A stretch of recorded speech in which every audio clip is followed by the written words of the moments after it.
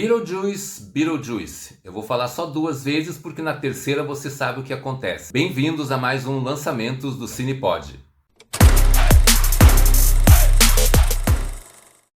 Oi pessoal, hoje nós vamos falar sobre Os Fantasmas Ainda Se Divertem, Beetlejuice, Beetlejuice, continuação do filme Os Fantasmas Se Divertem de 1988, dirigido pelo Tim Burton.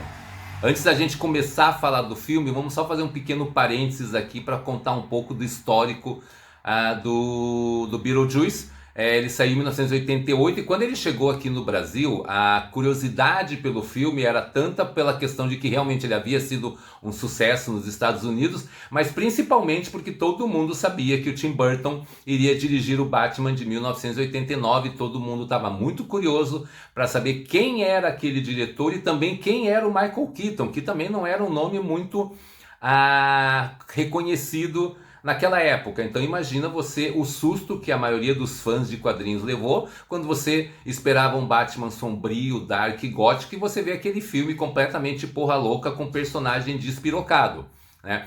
Por sorte, o Tim Burton fez um ótimo trabalho no Batman de 1989 e fez um trabalho ainda melhor no excelente Batman Retorno de 1992. E a partir daí a carreira dele deslanchou. Ele fez grandes filmes como Ed Wood, como A Lenda do Cavaleiro Sem Cabeça, Marte Ataca, a Fantástica Fábrica de Chocolate e Sweeney Todd.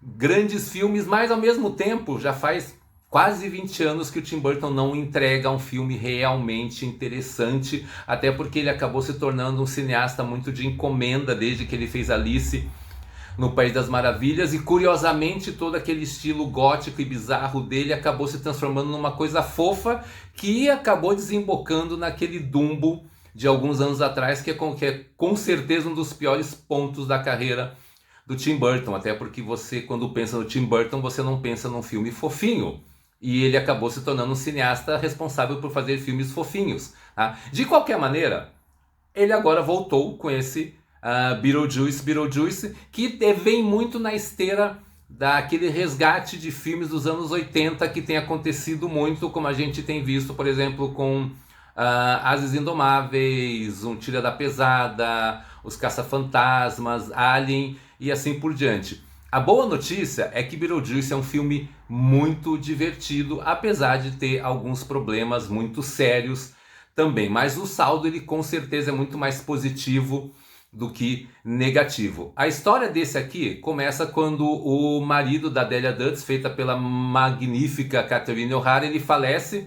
Outro parênteses aqui, o personagem era feito pelo Jeffrey Jones, que enfrentou alguns escândalos sexuais complicados no começo do século, e o Tim Burton inteligentemente tirou ele da trama e fez com que a morte dele acontecesse via a animação de massinha, que é muito divertido. Então o filme começa logo após a morte dele, que faz com que a Delia vá atrás da filha dela, Lydia, que é interpretada pela Winona Ryder, que atualmente ela é apresentadora de um programa sobre casas mal assombradas, e tem a filha dela, que é a Astrid, feita pela Jenna Ortega, que a Astrid não se dá bem com a Lydia porque ela não acredita em fantasmas e ela é muito ressentida, porque se a mãe realmente vê fantasmas, por que ela não consegue falar com o pai dela recém-falecido? Então a morte do patriarca acaba fazendo com que esses três personagens voltem à casa do primeiro filme para fazer toda a questão do funeral, toda a questão do velório do marido. Ao mesmo tempo, no Além Vida, você tem uma criatura que é feita pela Monica Bellucci, que é considerado um dos maiores monstros daquele local, porque é uma criatura que ela suga a alma dos mortos, né? Se é que você me entende, que por algum motivo ela está atrás do Beetlejuice feito pelo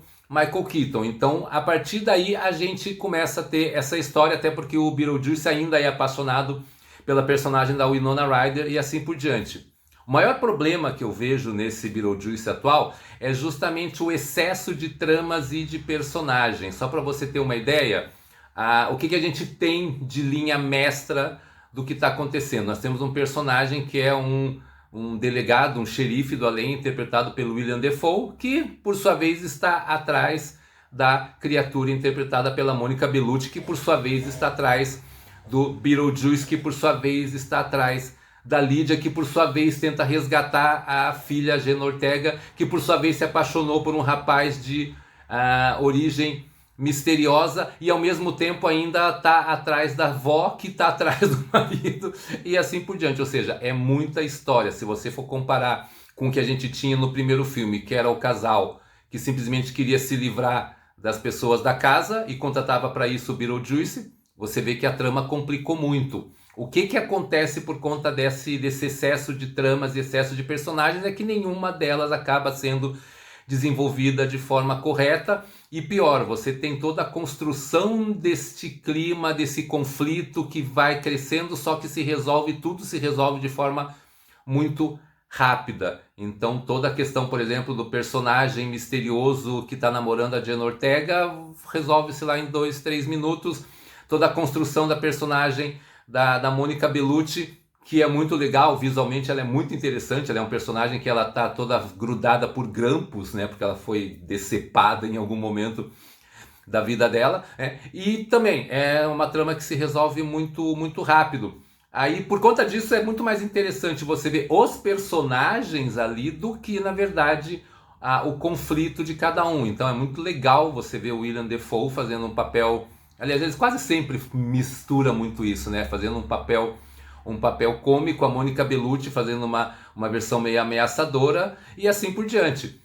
Tem o Michael Keaton, que está excelente, pelo menos uma grande vantagem desse filme é que o filme não mudou a personalidade do Beetlejuice. Então o Beetlejuice que você tinha em 1988 ainda é o mesmo Beetlejuice que a gente tem atualmente. O filme ele não se envergonha de ser um fanservice, óbvio, né? Então, até porque você tem que resgatar os fãs do filme original, né? Porque até que ele foi reprisado N vezes ao longo dos anos e você tem ele nos canais de streaming. Então, para você resgatar esse público, você precisa trazer alguns elementos do filme anterior. Alguns deles funcionam muito bem, alguns deles são nitidamente excessivos, como é o caso do Bob, que era aquele personagem que tinha a cabeça encolhida, que daí tipo, o pessoal achou que ele era tão divertido que resolveu fazer um escritório com dezenas de Bobs, porque afinal ele é visualmente interessante. A gente tem um resgate da música Day-O também, do Harry Belafonte, que também é colocada num contexto que não faz muito sentido, mas enfim, a ideia realmente do fanservice funciona. Mais por outro lado, a grande sorte é que o filme não se baseia somente nisso, e mesmo que ele não amplie os conceitos que foram criados originalmente, ele vale muito porque a gente tem aqui um Tim Burton extremamente livre, criativo. Você percebe que ele se divertiu fazendo esse filme. Você não tem o Tim Burton preso às amarras da Disney, tendo que cuidar do Dumbo, tendo que fazer um Alice no País das Maravilhas. Não, aqui você tem o Tim Burton praticamente trazendo de volta o seu estilo de direção dos anos 80 e ao mesmo tempo aproveitando, né, a questão de qualidade de efeitos visuais, que também é um ponto bem interessante, porque o filme ele obviamente se fia em efeitos digitais, mas tem muita coisa feita por animatrônico, muita animação, muito efeito feito diretamente